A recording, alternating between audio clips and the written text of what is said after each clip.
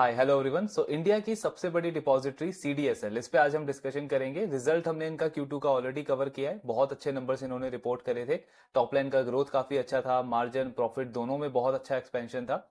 सो इनका con call discussion करेंगे आज, देखेंगे इनके जो अलग अलग रेवेन्यू स्ट्रीम्स हैं उनमें कैसा ग्रोथ एक्सपेक्टेड है आने वाले क्वार्टर्स में, एंड ओवरऑल मैनेजमेंट क्या नई चीजें कर रहा है इस इंडस्ट्री के अंदर।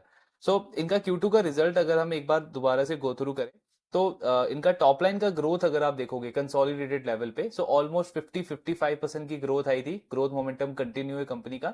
एंड सेगमेंट वाइज अगर हम देखें तो सबसे ज्यादा ग्रोथ कहां से आ रही है इनका, मतलब रेवेन्यू कंट्रीब्यूशन सबसे ज्यादा कहां से आ रहा है, ट्रांजैक्शन चार्जेस से।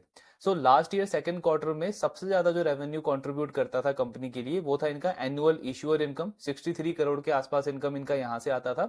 बट इस क्वार्टर में अगर आप देखोगे तो ये चीज चेंज हुई है। जो ट्रांजैक्शन चार्जेस है वो इनके लिए सबसे ज्यादा रेवेन्यू कंट्रीब्यूट कर रहा है। ट्रांजैक्शन चार्जेस क्या होते हैं आपके, जो हम बाय सेलिंग करते हैं एक्सचेंज के ऊपर, जो आपके डीमैट में जो स्टॉक्स है उनको जब आप सेल करते हो, सो उससे सीडीएसएल को इनकम जाता है। डीपी चार्जेस वो आपका कट करता है वहां पे हर एक सेलिंग ट्रांजैक्शन के ऊपर। तो जितना ज्यादा मार्केट में ट्रांजैक्शन होगा, जितना ज्यादा मार्केट में वॉल्यूम होगा, उतना ज्यादा सीडीएसएल का ये ट्रांजैक्शन इनकम इंक्रीज होगा। इसमें डेरिवेटिव वाला पार्ट इंक्लूडेड नहीं है, वो वाला इनकम एक्सचेंज को जाता है, बीएसई एनएसई को जाता है। ये जो आपके डीमैट में जो स्टॉक्स पड़े हैं उसको जब आप सेल करते हो, वहां से सीडीएसएल को इनकम आता है। तो इसमें अगर आप वाई वाई लेवल पे देखोगे, सो ऑलमोस्ट 60-65% के आसपास की ग्रोथ है। एंड आज के टाइम पे सबसे मेन रेवेन्यू कंट्रीब्यूशन कंपनी के लिए यही वाला सेगमेंट कर रहा है। दूसरा कहां से आ रहा है इनका, एनुअल इश्यूअर इनकम। सो ये एक तरीके का रेकरिंग इनकम है, मतलब ये इनकम इतना आना ही है सीडीएसएल को हर एक ईयर में। इसमें क्या होता है, जितनी भी स्टॉक्स लिस्टेड है एक्सचेंज के ऊपर, सो वो सारी जो कंपनीज हैं, कॉर्पोरेट्स हैं, वो एनुअली सीडीएसएल को, एनएसडीएल को एक फी पे करती हैं। बिकॉज सीडीएसएल क्या कर रहा है, उनके लिए जितने भी उनके शेयर होल्डर्स हैं उनकी सिक्योरिटीज को मैनेज कर रहा है, उनका कस्टोडियन है सीडीएसएल। तो उसके लिए ये जितने भी कॉर्पोरेट्स हैं वो एक फी पे करते हैं। तो ये वाला इनकम जो है वो रेकरिंग इनकम है कंपनी के लिए, इसमें भी ग्रोथ अच्छी रही है। दूसरा कहां से आ रहा है कंपनी के लिए, तो आईपीओ वाला पार्ट अगर आप देखोगे, सो वाई वाई लेवल से इसमें भी इनकम जो है वो डबल हो गई है। लास्ट ईयर इस क्वार्टर में 26 करोड़ का इनकम आया था इनका। इस क्वार्टर में आप देखोगे तो 52 करोड़ का इनकम आया इनका आईपीओ एंड कॉर्पोरेट एक्शन से। एंड वी ऑल नो, मतलब हम लास्ट कितने टाइम से देख रहे हैं कि नंबर ऑफ आईपीओ हर एक मंथ में, हर एक वीक में बहुत सारे आईपीओ आ रहे हैं, बहुत सारी कंपनीज अपने पब्लिक इशू लेकर के आ रही है। तो जब भी कोई कंपनी आईपीओ लेकर के आती है, अगेन उनको भी सीडीएसएल को फी के पे करना पड़ता है। एंड जो आपके कॉर्पोरेट एक्शन होते हैं, मतलब स्टॉक स्प्लिट हो रहा है या बोनस इशू कर रही है कंपनी, या कोई मर्जर वगैरह हो रहा है, कोई एजीएम वगैरह हो रही है, सो उस सारी चीजों के अगेंस्ट में भी ये सारी कंपनीज को, सीडीएसएल को फी पे करना पड़ता है। तो अभी ये सारी एक्टिविटी भी ज्यादा हो रही है मार्केट में, इसीलिए हम देख रहे हैं कि ये वाला ग्रोथ भी इनका काफी ज्यादा इंक्रीज हो रहा है। सो ग्रोथ अच्छा आया है टॉप लाइन में। एक्सपेंस वाले पार्ट में अगर आप देखोगे तो इनका एम्प्लॉय कॉस्ट और आईटी कॉस्ट, ये सबसे मेन कॉस्ट होता है सीडीएसएल के लिए। कॉन्स्टेंटली इनको अपने टेक्नोलॉजी के ऊपर, अपने प्लेटफॉर्म के ऊपर इन्वेस्ट करना होता है। सो दोनों में आप देखोगे तो एम्प्लॉय कॉस्ट भी कंपनी का ऑलमोस्ट 40-42% से इंक्रीज हुआ है। देन आपका आईटी कॉस्ट भी इंक्रीज हो गया है। तो क्योंकि एक्सपेंस पार्ट आपका थोड़ा सा ज्यादा बढ़ गया इस क्वार्टर में, इसीलिए कंपनी को ऑपरेटिंग लेवरेज नहीं मिला है। ऑल्दो जो पैट है इनका वो 49-50% से ग्रो हुआ है, बहुत अच्छा ग्रोथ है। लेकिन जनरली ये जो कंपनीज होती हैं, जो प्लेटफॉर्म ड्रिवन बिजनेसेस हैं, सीडीएसएल, बीएससी, आपका एमसीएक्स वगैरह, इनमें हम ऑपरेटिंग लिवरेज देखते हैं मोस्टली। इनका अगर टॉप लाइन ग्रोथ 40-50% होता है तो पैट ग्रोथ उससे भी ज्यादा होता है। लेकिन सीडीएसएल का इस क्वार्टर में ऑपरेटिंग लेवरेज नहीं आया, बिकॉज एक्सपेंस वाला पार्ट कंपनी का थोड़ा सा ज्यादा बढ़ गया। स्टिल पैट ग्रोथ अच्छा है, 49% के आसपास रिपोर्ट करा है कंपनी ने। सो ये पूरा रिजल्ट वाला पार्ट था कंपनी का, नंबर्स इन्होंने अच्छे रिपोर्ट करे हैं। अब इनका कॉन कॉल में देख लेते हैं कि मैनेजमेंट आगे के लिए क्या ओवरऑल आउटलुक शेयर कर रहा है। सो मैनेजमेंट का कहना है कि ओवरऑल अगर आप डीमैट अकाउंट्स देखोगे इंडिया में, तो 17 करोड़ से ज्यादा डीमैट अकाउंट्स हो गए। एंड इसमें सीडीएसएल ने लास्ट 6 मंथ्स के अंदर, मतलब ये जो फर्स्ट हाफ कंप्लीट हुआ है FY25 का, तो इसमें 2 करोड़ से भी ज्यादा डीमैट अकाउंट ऐड किए हैं सीडीएसएल ने। स्पेसिफिकली अगर Q2 की बात करें तो 1.2 करोड़ डीमैट अकाउंट ऐड किए सीडीएसएल ने। और इनका अगर आप मार्केट शेयर देखोगे ओवरऑल कंसोलिडेटेड लेवल पे, सो ऑलमोस्ट 77-78% का मार्केट शेयर है सीडीएसएल का। एनएसडीएल हार्डली 22-23% होल्ड करता है। इनफैक्ट जब हम इंक्रीमेंटल मार्केट शेयर की बात करते हैं, यानी कि लास्ट 12 मंथ्स में जितने भी डीमैट अकाउंट ओपन हुए हैं, उसमें सीडीएसएल का मार्केट शेयर 91% है। मतलब क्या, अगर 10 डीमैट अकाउंट ओपन हो रहे हैं तो उसमें से 9 जो है वो सीडीएसएल के पास में हो रहे हैं, सिर्फ एक अकाउंट हार्डली आपका एनएसडीएल के पास में जा रहा है। तो इतनी स्ट्रॉन्ग लीडरशिप पोजीशन सीडीएसएल ने मेंटेन करी है।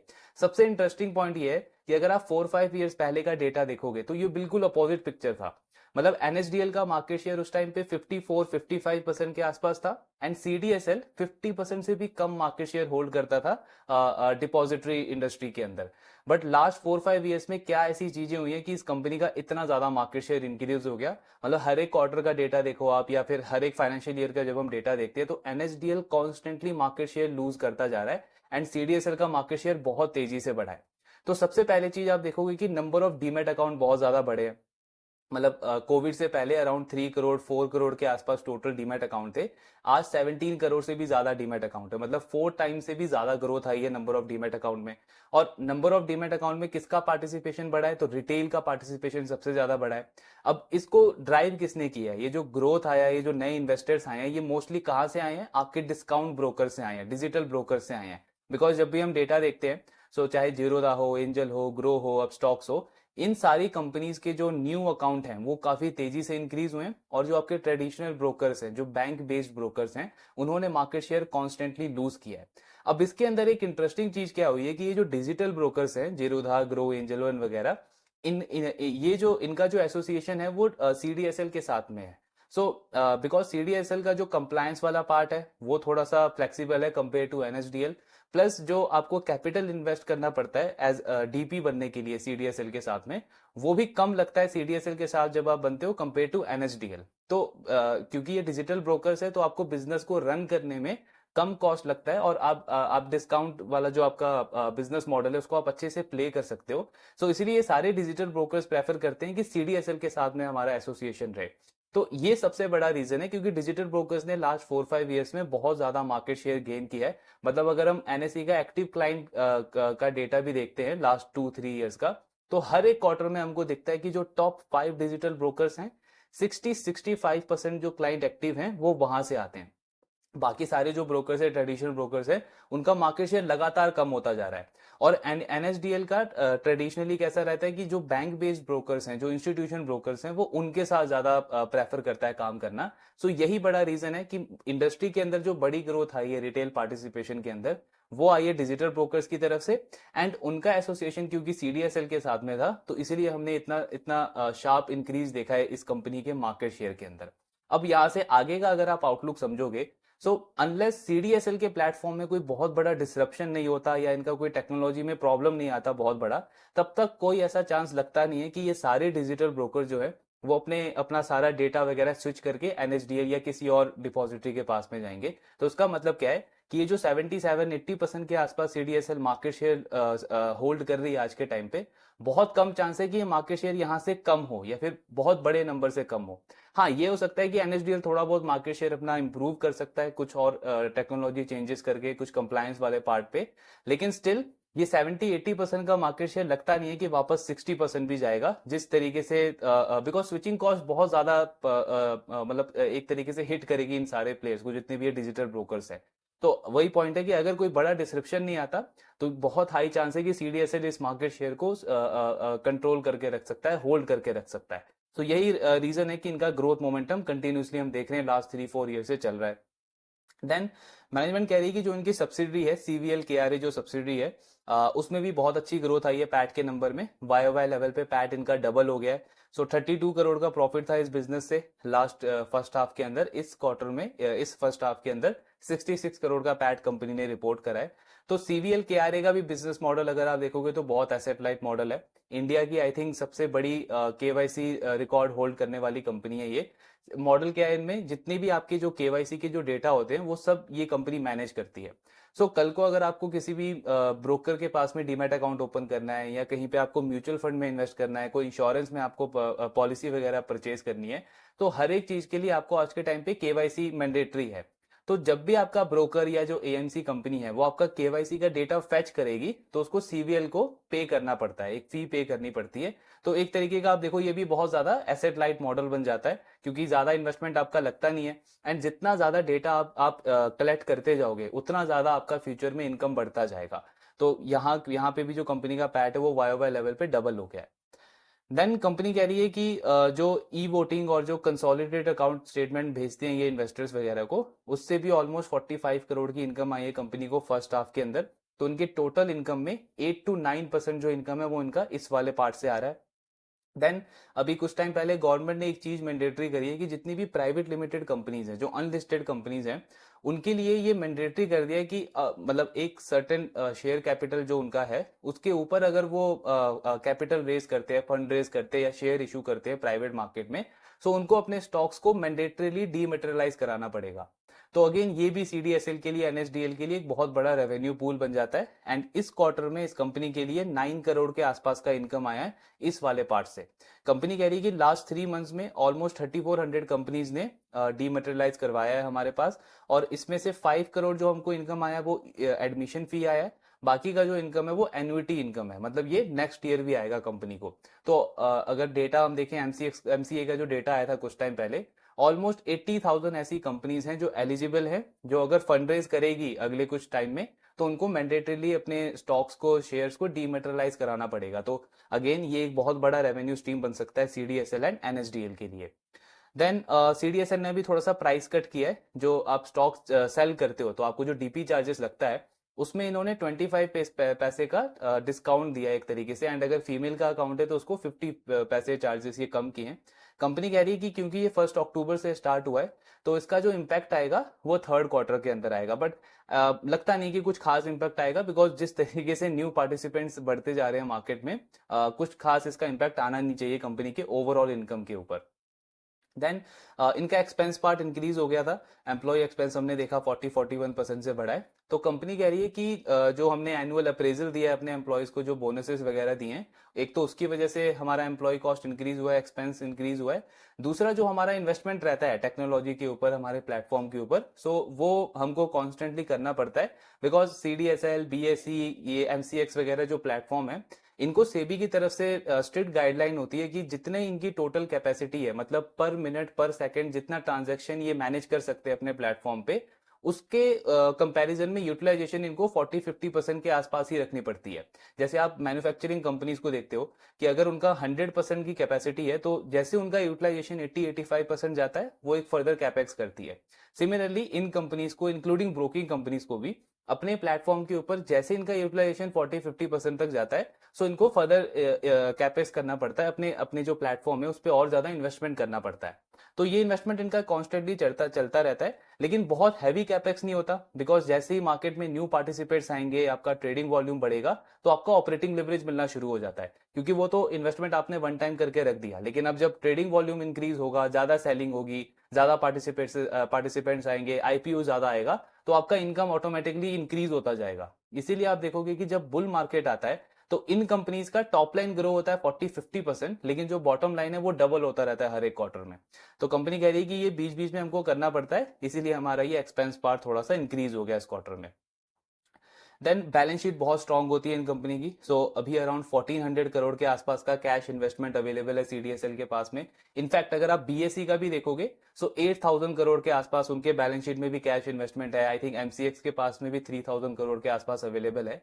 तो कंपनी कह रही है कि ये हमारे लिए एक तरीके से जरूरी भी है कि हम अपने फाइनेंशियल स्ट्रेंथ को बहुत स्ट्रांग करके रखें, अपने बैलेंस शीट को स्ट्रांग करके रखें, सो दैट जो भी न्यू पार्टिसिपेंट्स आ रहे हैं मार्केट में, उनको एक सेंस ऑफ सेफ्टी हो, एक सेंस ऑफ रिलायबिलिटी हो कि जिनके पास उनकी सिक्योरिटीज है, उनकी पोजीशन बहुत स्ट्रांग है, वो स्ट्रांग कस्टोडियन है। तो उस तरीके से अपनी बैलेंस शीट को इनको स्ट्रांग तरीके से रखने की जरूरत है। डिविडेंड वगैरह पे कंपनी कह रही है कि ऑलरेडी हमें जहां अप्रोप्रिएट लगता है हम वहां पे डिविडेंड इशू कर रहे हैं। अभी इन्होंने बोनस इशू भी किया था। अब अगर आप कैम्स से इनको कंपेयर करोगे तो कैम्स एक्चुअली क्या करता है कि हर एक क्वार्टर में डिविडेंड इशू करता है, एंड उसका डिविडेंड यील्ड भी ज्यादा है।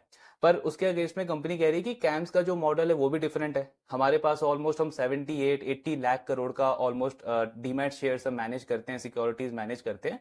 तो उसके अगेंस्ट में हमारा इन्वेस्टमेंट ज्यादा होता है। एंड कल को सडनली अगर इन्वेस्टर का पार्टिसिपेट बढ़ गया, ज्यादा नंबर ऑफ डीमैट अकाउंट आ गए, तो उसके लिए हमको पहले से प्रिपेयर रहना पड़ता है। सो ये 1400 करोड़ या जो भी बैलेंस शीट में हम होल्ड करते हैं वो हमारे लिए काइंड ऑफ मैंडेटरी है।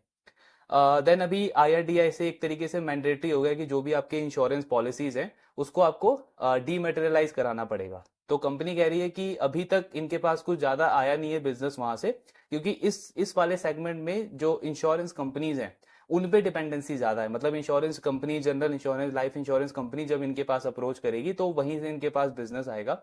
और इनके कंपैरिजन में जो उनके कॉम्पिटिटर्स हैं, जैसे कैम्स भी ये काम करता है, एनएसडीएल भी ये काम करता है, सो उनका अगर आप डेटा देखोगे तो हर एक क्वार्टर में वो almost 10 lakh new policies add कर रही है। विजा विज सीडीएसएल के पास अभी तक क्यूमुलेटिवली ऑलमोस्ट 15-16 लाख पॉलिसीज ही आई है टोटल।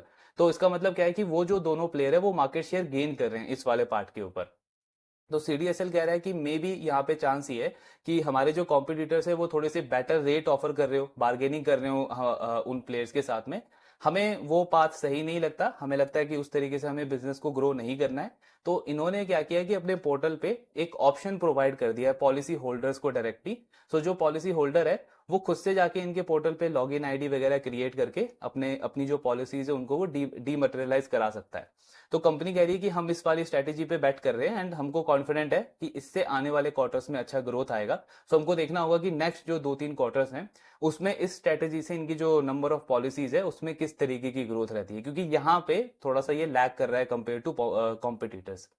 देन अदर एक्सपेंसेस भी इंक्रीज हुए हैं कंपनी के। तो अगेन कंपनी कह रही है कि जैसे जैसे नंबर ऑफ इन्वेस्टर्स बढ़ते रहेंगे वैसे वैसे हमारा अदर एक्सपेंसेस भी बढ़ता है। बिकॉज अदर एक्सपेंसेस में कंपनी का एक तो एसएमएस अलर्ट आता है, ईमेल अलर्ट आता है। मतलब अगर आप ऑब्जर्व करोगे तो आपके जितने भी ब्रोकर के पास में आपका डीमैट अकाउंट है तो सीडीएसएल आपको हर एक ब्रोकर की तरफ से एक मैसेज भेजता है कि इस पर्टिकुलर ब्रोकर के पास में इतना टोटल अकाउंट बैलेंस आपका शो किया गया है, इतना कैश पड़ा है, इतनी सिक्योरिटीज पड़ी है। सो ये सब इनको मैंडेटरी है। ईमेल भी करती है कंपनी, एसएमएस भी करती है, तो वहां से इनका एक्सपेंस वाला पार्ट इंक्रीज हो रहा है। देन लास्टली अगर हम देखें तो जो इनके कॉम्पिटिटर्स हैं, कैम्स हो गया या आपका जो एनएसडीएल है वो भी केआरए बिजनेस के अंदर है। तो उन्होंने अभी 10 मिनट केवाईसी वाला एक अपना स्टार्ट किया है। सीडीएसएल कह रहा है हमने ये ऑलरेडी लॉन्च कर दिया है। प्लस हमारा एक और स्ट्रॉन्ग पॉइंट है कि मोस्टली जो केवाईसीज होते हैं वो 50-60% केवाईसी हम with in an hour complete कर देते हैं। कुछ ऐसे केवाईसीज होते हैं जिसमें इमेजेस क्लियर नहीं होती है या कुछ और फर्दर डॉक्यूमेंट हमको चाहिए होता है, तो उसमें थोड़ा सा टाइम लगता है, उसको भी हम जल्दी कंप्लीट कर देते हैं। प्लस जो हमारे पास एग्जिस्टिंग क्लाइंट हैं उनकी तरफ से हमें कोई ऐसा रेसिस्टेंस देखने को मिला नहीं है कि उन्होंने हमारे प्लेटफॉर्म को स्विच करके हमारे कॉम्पिटिटर्स के पास में वो स्विच हुए हो। सो इवन दो वो नई चीजें लेके भी आ रहे हैं कॉम्पिटिटर, स्टिल हमारे क्लाइंट जो है वो हमारे पास रिटेन है। सो इस तरीके का इनका यहाँ पे व्यू है अपने सीवीएल के आर को लेकर के। देन सीडीएसएल ने अभी कुछ टाइम पहले अकाउंट एग्रीगेटर वाले मॉडल को भी एक्सप्लोर किया है। तो इसमें कंपनी अभी as a financial information provider का रोल इसमें प्ले कर रही है। मतलब आपका जितना भी सिक्योरिटी बैलेंस है, आपके पास स्टॉक्स है, इंश्योरेंस है, आपके पास म्यूचुअल फंड्स है, सो वो सारा डेटा ये कंपनी बैंक्स को, एनबीएफसीज को, फिनटेक्स वगैरह को प्रोवाइड करती है। कंपनी कह रही है कि अभी प्रॉपर अकाउंट एग्रीगेटर वाले मॉडल के अंडर हम नहीं है। मतलब ऐसा नहीं है कि आपका प्रॉपर फाइनेंशियल पोजीशन क्या है वो सारा डेटा वो प्रोवाइड करे। सिर्फ आपकी सिक्योरिटीज में कितना अमाउंट है, क्या उसकी पोजीशन है, वो डेटा ये प्रोवाइड करते हैं बैंक्स, एनबीएफसीज, फिनटेक को। इसमें अगर आप देखो तो लैंडिंग कंपनीज को काफी ज्यादा हेल्प मिलता है। बिकॉज अगर लैंडिंग कंपनी सिर्फ आपके पास्ट के लोन के ट्रैक रिकॉर्ड के ऊपर रिलाई करती है तो वहां पे अंडर राइटिंग में कई बार थोड़ा सा प्रॉब्लम हो सकता है। बिकॉज बहुत बार ऐसा केस होता है कि आपका क्रेडिट प्रोफाइल अच्छा ना हो, बिकॉज 1-2 मंथ में मे बी किसी प्रॉब्लम की वजह से आपने लोन मिस किया हो तो आपका सिबिल स्कोर वहां पे खराब दिखा रहा होगा, लेकिन आपका जो टोटल नेटवर्थ है, जो आपके पास इन्वेस्टमेंट्स वगैरह अवेलेबल है, वो मे बी बहुत हाई हो, आपका नेटवर्थ काफी स्ट्रांग हो। तो इस डेटा को देख करके ये जो बैंक्स, एनबीएफसीज है वो अच्छे से अंडर राइटिंग कर सकती है। तो ये काम अभी सीडीएसएल कर रहा है। तो ये पूरा कॉन कॉल था सीडीएसएल का। रिजल्ट तो ऑफकोर्स अच्छे रिपोर्ट करे ही है कंपनी ने। 2-4 जो नए नए रेवेन्यू स्ट्रीम्स है वो काफी अट्रैक्टिव है कंपनी के लिए। जैसे एक तो एग्जिस्टिंग वाला इनका ऑलरेडी काफी अच्छा चल रहा है। सीवीएल के आर अभी बहुत छोटा बिजनेस है, अभी तो बहुत सारे पार्टिसिपेंट्स हैं जिनको डीमैट अकाउंट ओपन कराना है, म्यूचुअल फंड में इन्वेस्ट करना है, इंश्योरेंस पॉलिसीज लेनी है। सो हर एक चीज के लिए केवाईसी की रिक्वायरमेंट है आज के टाइम पे, तो वो एक बहुत बड़ा रेवेन्यू पूल है। दूसरा अगर आप देखोगे जो अनलिस्टेड कंपनीज है ऑलमोस्ट 80,000 थी उस टाइम के आसपास, तो जितने ज्यादा नए आईपीओ आएंगे, जितनी ज्यादा फंड रेजिंग होगी प्राइवेट मार्केट के अंदर, अगेन सीडीएसएल को उसका रेवेन्यू आएगा। सो ये सारे काफी अट्रैक्टिव अपॉर्चुनिटीज है कंपनी के लिए। प्लस अगर आप इनका वैल्यूएशन भी देखोगे तो अभी करंट पी तो ऑल दो 70 के आसपास लग रहा है, लेकिन जब हम इसका फॉरवर्ड पी देखते हैं और जिस अकॉर्डिंग ग्रोथ चल रहा है कंपनी का 55-60 के आसपास का फॉरवर्ड पी लगता है स्टॉक का। हाँ, ये चीज हमको मॉनिटर करना है कि इनका जो ट्रांजैक्शन वाला इनकम है, जो आज के टाइम पे सबसे ज्यादा रेवेन्यू कंट्रीब्यूट कर रहा है, अगर कल को मार्केट में वॉल्यूम थोड़े से कम होते हैं, मतलब आपका सेलिंग ट्रांजैक्शन थोड़ा सा कम होने लगता है, तो उससे इनके ट्रांजैक्शन इनकम पे इम्पैक्ट पड़ेगा, एंड ऑफ कोर्स वहां से थोड़ा मार्जिन प्रॉफिटेबिलिटी पे भी इम्पैक्ट पड़ सकता है।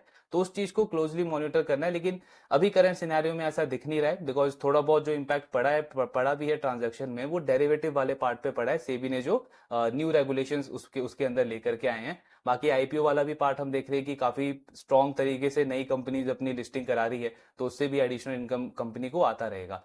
सो एक अट्रैक्टिव बैट लगता है करंट लेवल के ऊपर भी। बाकी देखते हैं, ट्रैकिंग इनका कंटिन्यू रखेंगे, आने वाले क्वार्टर्स में कैसी परफॉर्मेंस रहती है। आपकी जो भी डाउट्स है शेयर करते रहिए। Thank you very much.